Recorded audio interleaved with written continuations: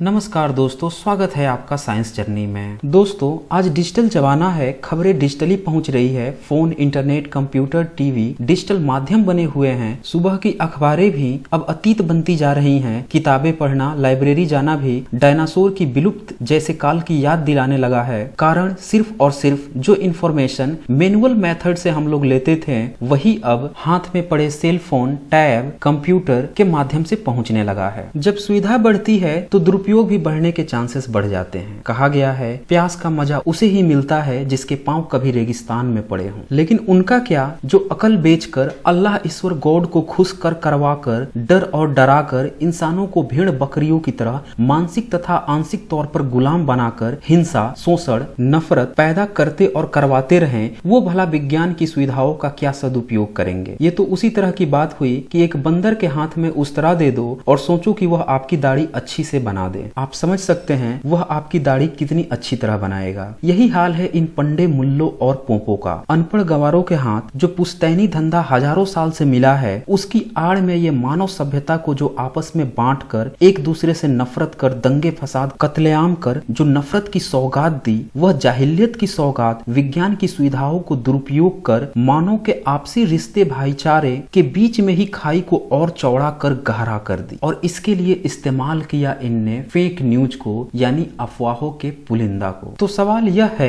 कि धर्म के ठेकेदार ऐसा क्यों करते हैं। इसके दो कारण हो सकते हैं। या तो अपना वर्चस्व बनाए रखने के लिए, ताकि समाज के सभी वर्ग उसके चंगुल में फंसे रहें, और दूसरा इनका पुश्तैनी धंधा चलता रहे। क्योंकि आज से हजारों साल पहले भी जब साइंस नहीं था, रोजगार नहीं था, तब भी ये अपने इस धंधे की बदौलत अमीर गरीब सबसे चढ़ावे, चंदे और चादर के रूप में संपत्ति इकट्ठा करके बहुत ही आराम से मौज में रहे थे। यहाँ पे एक सवाल यह भी उठ सकता है कि क्या फेक न्यूज सिर्फ रिलीजियस होता है? नहीं, यह पॉलिटिकल भी हो सकता है, रिलीजियस भी हो सकता है, और किसी कंपटीटर का बनाया हुआ षड्यंत्र भी हो सकता है। और जैसा कि आजकल देखा जा रहा है कि जितने भी रिलीजियस फेक न्यूज आते हैं, उसका एडवर्टाइजमेंट बहुत ज्यादा होता है और वो विज्ञान के प्रचार तंत्र का दुरुपयोग कर बहुत ही व्यापक स्तर पर सारे मानव समुदाय को गुमराह करते रहते हैं। आइए देखते हैं कुछ फेक न्यूज जो मार्केट में आजकल बहुतायत मात्रा में चल रहे हैं। एक खबर आपको सुनने में मिली होगी कि बागपत उत्खनन में हाल ही में जो तीसरे चरण का खुदाई चल रही थी, उसको मीडिया समूह ने महाभारत से जोड़ना शुरू कर दिया। तो इसकी हम जांच करेंगे। इसके बाद आपको एक और खबर सुनने को मिली होगी कि शिवकर बापूजी तलपड़े ने 1895 में राइट ब्रदर्स से भी 8 साल पहले विमान उड़ाया था। और इस खबर को सबसे ज्यादा प्रचारित किया था एक राजीव दीक्षित नाम के गपोड़ी ने। इसका मैंने एक्सपोज भी किया है अपने पिछले वीडियोस में, और इस पे आगे भी मैं और भी कई सारे वीडियो बनाने वाला हूँ। इसके बाद एक और खबर आपको सुनने को मिली होगी कि अफगानिस्तान में 5000 साल पुराना महाभारत कालीन विमान मिला। तो देखिए, इस तरह की अफवाहें फैलाई जाती हैं। एक और अफवाह सुनिए, ज्वाला जी मंदिर में बिना किसी तेल गैस के ही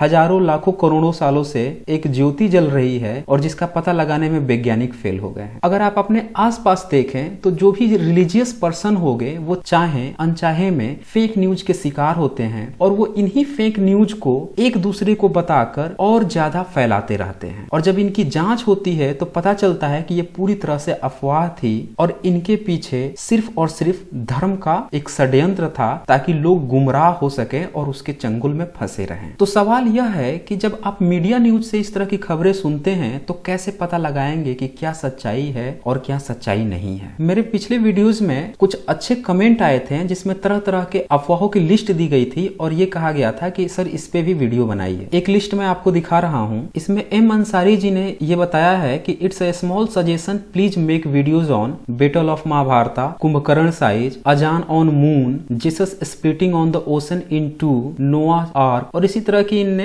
काफी बड़ी एक लिस्ट दी है। आप यहाँ देख सकते हैं, स्वर्ग and narak, 7 skies, lifting mountain by lord Krishna and Hanuman. तो इनने बिल्कुल ही निष्पक्ष होकर सभी मतों और संप्रदायों में जो जो अफवाह फैलाई गई है उसकी पूरी एक लिस्ट दी है, और कहा है कि इस पे हो सके तो आप वीडियोस बनाइए। ये बहुत ही अच्छी बात है, और मैं प्रशंसा करना चाहूंगा इन कमेंटेटर का जिन्होंने इतनी अच्छी लिस्ट मुझे प्रोवाइड की, और मैं भविष्य में इन सब पे बहुत ही डिटेल से वीडियोस भी बनाऊंगा। तो सबसे पहले हम ये देखते हैं कि जो हमारा अफवाह नंबर 1 था कि बागपत उत्खनन में प्राचीन कालीन अवशेष मिले। आइए जांच करते हैं कि इस तरह की जब आप खबर सुनते हैं और इसको जब आप गूगल में टाइप करते हैं तो आपको किस किस तरह की इंफॉर्मेशन मिलती है, और उन इंफॉर्मेशन को क्या आप सच मान लेते हैं या झूठ मान लेते हैं, या कैसे पता लगाएंगे कि वो सत्य बोल रहा है या झूठ बोल रहा है। आइए चेक करते हैं। तो सबसे पहले तो हम यहाँ पे टाइप करेंगे गूगल में बागपत उत्खनन में प्राचीन कालीन अवशेष मिले, और इसको हम सर्च कर देते हैं। तो देखिए फर्स्ट पेज पे आपको मिला है अमर उजाला का, और इन्होंने हेडिंग दिया है बागपत उत्खनन से मिले प्राचीन सभ्यता के। इसमें इनने कहीं महाभारत का नाम तो नहीं दिख रहा है फर्स्ट पेज पे। अच्छा, ये दूसरा देखते हैं आज तक का, इनने देखिए महाभारत कालीन लिख दिया। एएसआई को यूपी के बागपत में मिले महाभारत कालीन। ठीक है, आगे देखते हैं पांचजन्य क्या लिखते हैं। सिनौली में उभरी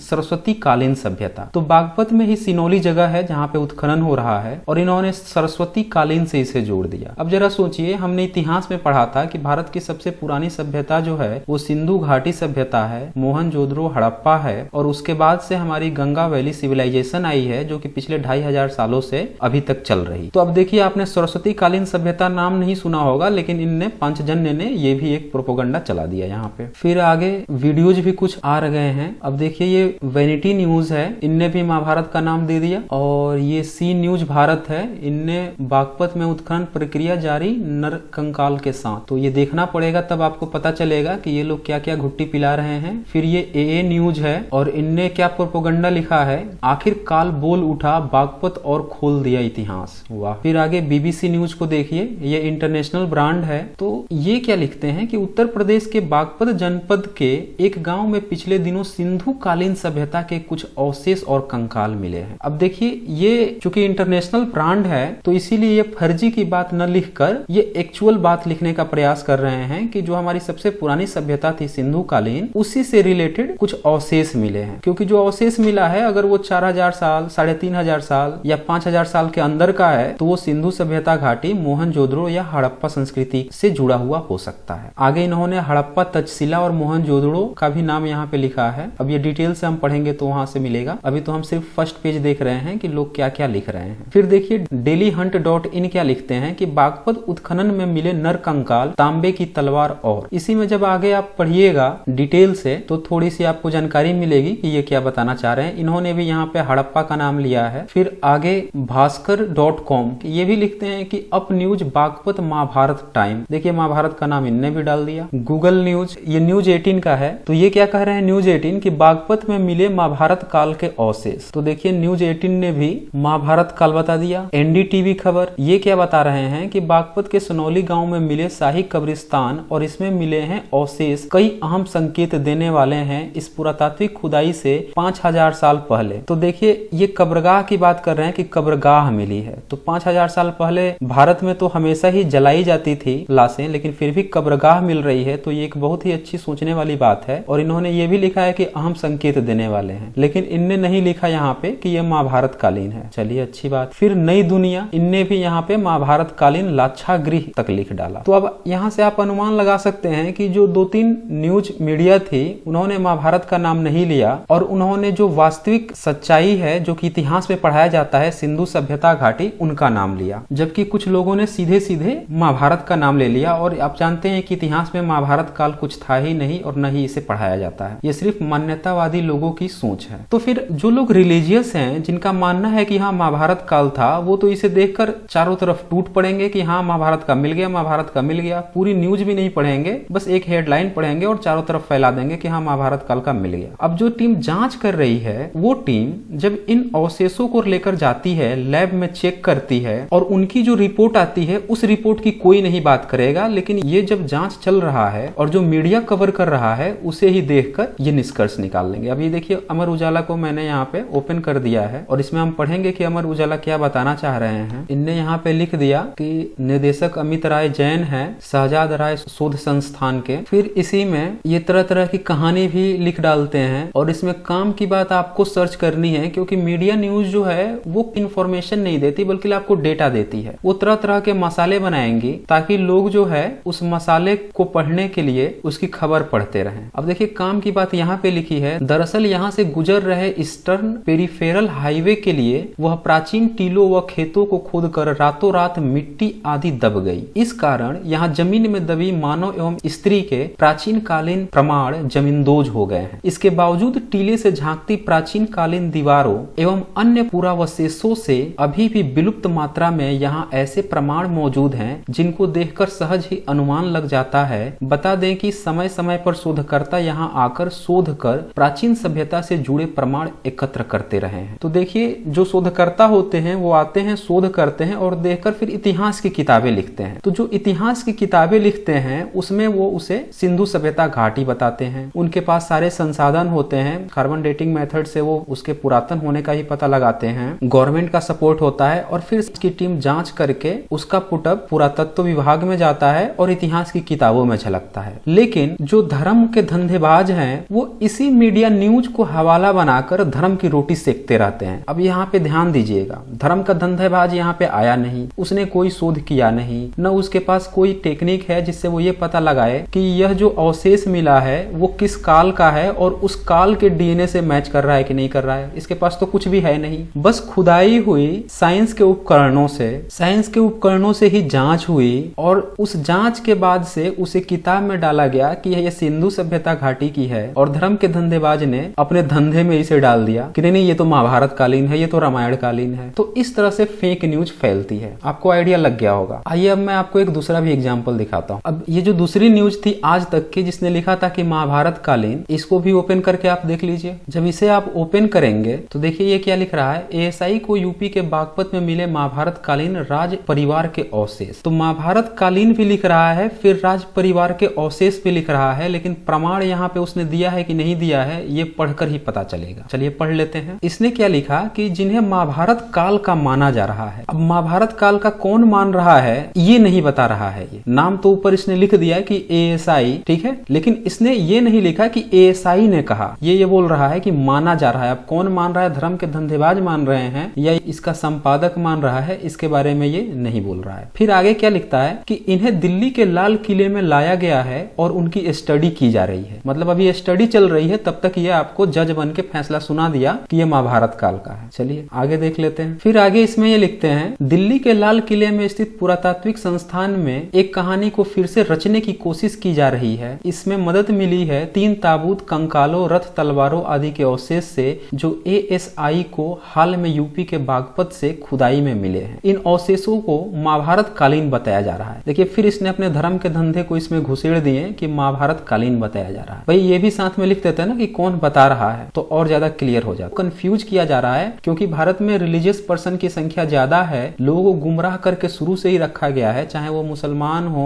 या फिर बहुसंख्यक हो या फिर ईसाई हो या किसी भी धर्म से रिलेटेड हो। फिर इसमें देखिए ये क्या लिख रहा है कि इन अवशेषों को पूर्व लोह युग से लेकर कांस्य युग 2000 से 1800 ईसा पूर्व। अब फिर देखिए इसे बगल में लिख दिया कि महाभारत काल भी लगभग इसी का माना जाता है। अब इस बेवकूफ जो भी इसका संपादक है उसे ये नहीं पता है कि 2000 से पिछले 1800 ईसा पूर्व में भारत में सिंधु सभ्यता घाटी थी और सारी किताबों में यही बात पढ़ाई जाती है, सारे इतिहासकार भी यही बताते हैं, एएसआई भी यही बताती है और जो इतिहासकार अपनी किताबें लिखते हैं उसमें भी यही लिखते हैं। लेकिन इसने अपने इस धंधे को कि महाभारत काल इसी काल का बताया जाता है जोड़ दिया। अब मान्यतावादियों की भी आप मानिए तो ये कहेंगे कि महाभारत काल 5000 या 5500 साल पूर्व था। हालांकि कोई प्रमाण नहीं मिले हैं और इसीलिए भारतीय इतिहास इसे नहीं मानता है और न ही दुनिया का कोई भी इतिहास मानता है। लेकिन फिर भी इसने 4000 साल और 1800 ईसा पूर्व सिंधु सभ्यता को ही महाभारत काल बता दिया। तो आप इससे स्पष्ट तौर पे समझ सकते हैं कि ये बिल्कुल फर्जी प्रोपोगंडा फैला रहा है। सिंधु सभ्यता घाटी को ही महाभारत काल ठहराकर धर्म की धंधेबाजी की फेक न्यूज चल रही है। तो इसी तरह से आप पढ़ते जाएंगे और आप देखेंगे कि जो भी हमें सबूत मिलते हैं सिंधु सभ्यता घाटी के, अगर समुद्र में कुछ मिल जाता है तो उसे महाभारत का द्वारिका बताकर थोप देते हैं। कोई भी खबर या कोई भी पुरातात्विक साक्ष्य सिंधु सभ्यता, मोहनजोदड़ो या हड़प्पा संस्कृति की मिलती है तो उसे तुरंत ही महाभारत को जोड़कर धर्म के धंधेबाज फेक न्यूज फैला देते हैं। और इस तरह की जब न्यूज आपको फर्स्ट पेज पे गूगल पे देखने को मिलती है तब तो ये आपके लिए बहुत ही दिक्कत की बात हो जाएगी कि ये सत्य बोल रहा है या गलत बोल रहा है। क्योंकि आमतौर पे जितने भी लोग हैं उनको इतिहास का पता नहीं है, वो या तो साइंस पढ़ते हैं, कॉमर्स पढ़ते हैं और बहुत ही ध्यान से इतिहास को नहीं पढ़ते हैं, बहुत ही एलिमेंट्री नॉलेज होती है, तो इसीलिए वो इनके चंगुल में फंस जाते हैं। अब आइए मैं आपको सेकंड अफवाह के बारे में भी थोड़ा सा बता देता हूँ। सेकंड अफवाह बताई गई थी शिवकर बापूजी तलपड़े ने विमान उड़ाया, और ये बताया गया कि 1895 में इनने उड़ाया। अब इसी को अगर हम टाइप करें गूगल पे तो देखिए फर्स्ट पेज पे आपको दिख रहा है विकिपीडिया, जिसमें शिवकर बापूजी तलपड़े के बारे में दिया है। फिर कुछ यूट्यूब चैनल्स दिख रहे हैं, जिसमें जी न्यूज का यूट्यूब चैनल पे पड़ा हुआ है एक वीडियो, और ये 1895 में शिवकर बापूजी तलपड़े से विमान उड़वा रहा है। फिर ये है फेनोमेनल ट्रेवल वीडियोस, ये भी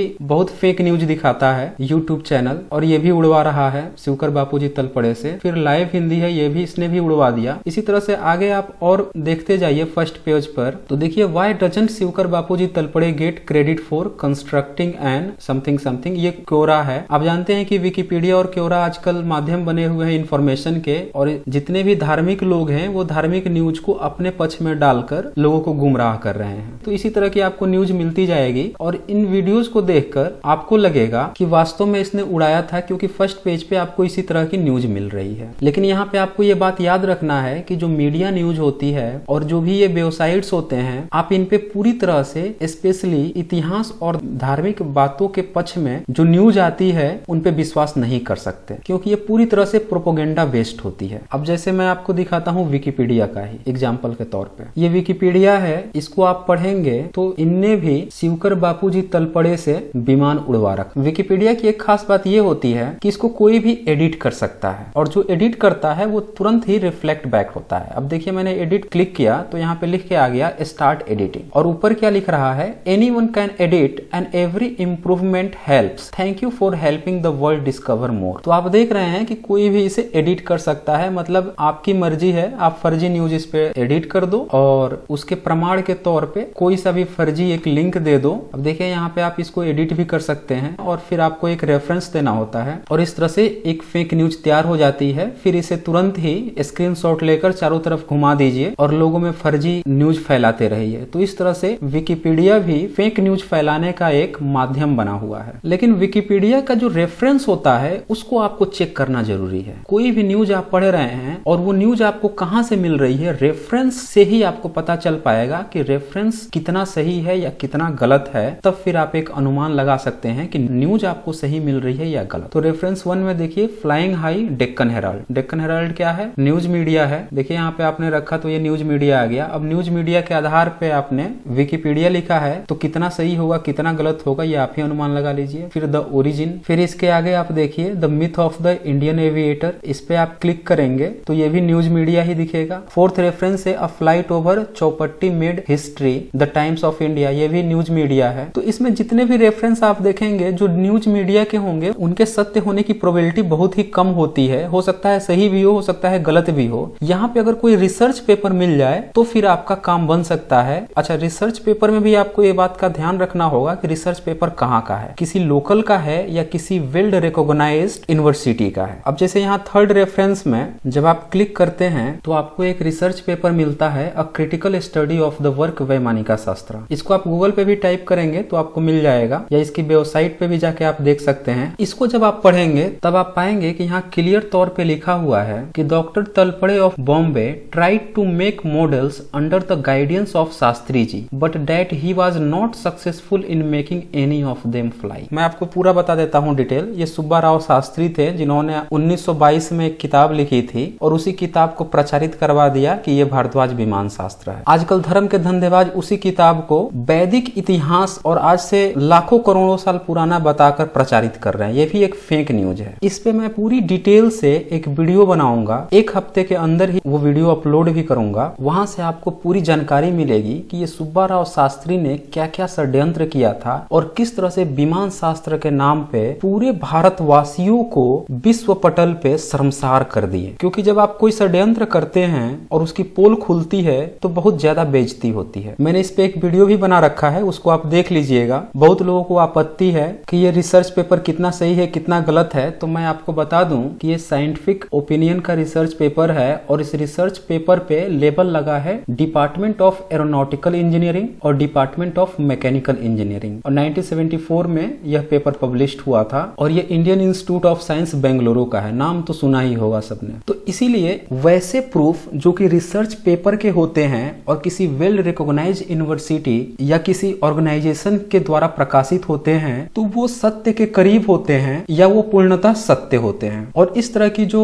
न्यूज मीडिया है उनकी खबरें सुनकर सुनाकर जो धर्म के धंधेबाज अफवाह फैलाते रहते हैं, ये पूरी तरह की फेक न्यूज होती है। कुछ और भी फेक न्यूज है अन्य धर्मों के, जैसे अगर इस्लाम में देखें तो बुराक नामक एक गधी पर बैठाकर 6ठी शताब्दी के एक बंदे को 7वें आसमान की यात्रा करवा दिया एक ही रात के अंदर, और वहां पे जाके पता नहीं कौन कौन से काल्पनिक लोगों से वो मिलकर भी चला आया बंदा। इसी तरह की कुछ और भी खबरें हैं, जैसे एक बंदा जो है अल्लाह को खुश करने के लिए अपने बेटे की कुर्बानी दे रहा था। बताइए वो कौन सा अल्लाह है जो इंसान को बनाता है फिर उसके बेटे की कुर्बानी उससे मांग रहा है। तो वो उसे एक बकरी बना देता है। अब हर साल ये एक बकरे को काटते हैं और अल्लाह को खुश करते रहते हैं। ये भी पूरी तरह से फेक न्यूज है। इसी तरह से अगर ईसाइयत में देखें तो वो भी आज तक इंतजार कर रहे हैं कि उनका जो जेसस है वो फिर से जिंदा होकर आ जाएगा और मानव सभ्यता को बचा लेगा। और ये जो उनकी खबर है वो भी एक फेक न्यूज पे आधारित है, क्योंकि इनका जो जेसस है वो कोड़े से मार खा खा कर अपराधियों की भांति जब सूली पे लटकाया जा रहा था तो उसके 3 दिन बाद वो जिंदा होके आ गया। साथ में एक और फेक न्यूज थी कि जब उसे प्यास लगती है और वो सूली पर टंगा होता है तो बोलता है हे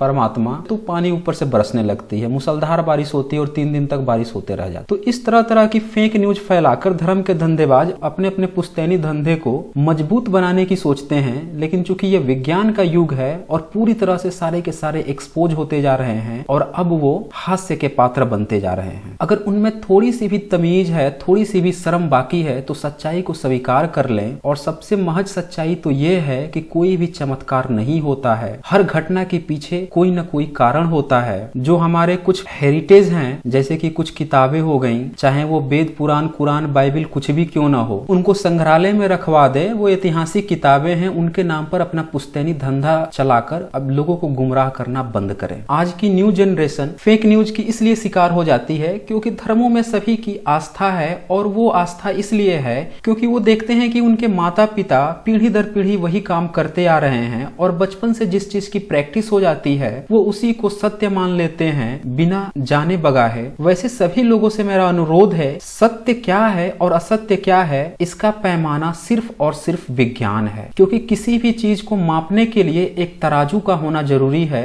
और वो तराजू विज्ञान ही हो सकता है। क्योंकि धर्म जब तक तराजू था तब तक तो आपको मिट्टी के मूर्ति में एक ब्राह्मण प्राण प्रतिष्ठा करके भगवान बनाकर आपसे पूजा करवाता रहा। इस्लाम नमाज पढ़ाकर कुछ शब्दों के उच्चारण कराकर, जिसका अर्थ भारत में मुझे नहीं लगता कि किसी मुस्लिम को पता है कि वो कौन कौन से शब्द हैं नमाज के जिसको सुनकर उनका अल्लाह खुश हो रहा है। उसी तरह से ईसाइयत में भी उनका जेसस पता नहीं किस इंतजार में बैठा है कि कब लोगों के दुख दूर करने के लिए फिर दोबारा लौट आए। तो इस तरह की फेक न्यूज से आप तभी बच सकते हैं जब आपका पैरामीटर विज्ञान हो और उसके आधार पर आप जांच करें कि क्या ये सत्य हैं या असत्य हैं। क्योंकि जिस तर्क की आप बात करते हैं कि तर्क के आधार पर हम तौलेंगे, वो तर्क भी आपका कितना सही है या गलत इसकी भी जांच विज्ञान ही करेगा। क्योंकि एक धार्मिक जो तर्क देता है वो तर्क का आधार ही गलत होता है और इसका भी पता विज्ञान से चलता है। तो दोस्तों आप इस चैनल के साथ बने रहें और उम्मीद करता हूं कि फेक न्यूज क्या है, कैसे उसको समझें और कैसे जो खबरें आ रही हैं उसमें से सही खबर को पकड़ें। इसका आइडिया आपको लग गया होगा। धन्यवाद।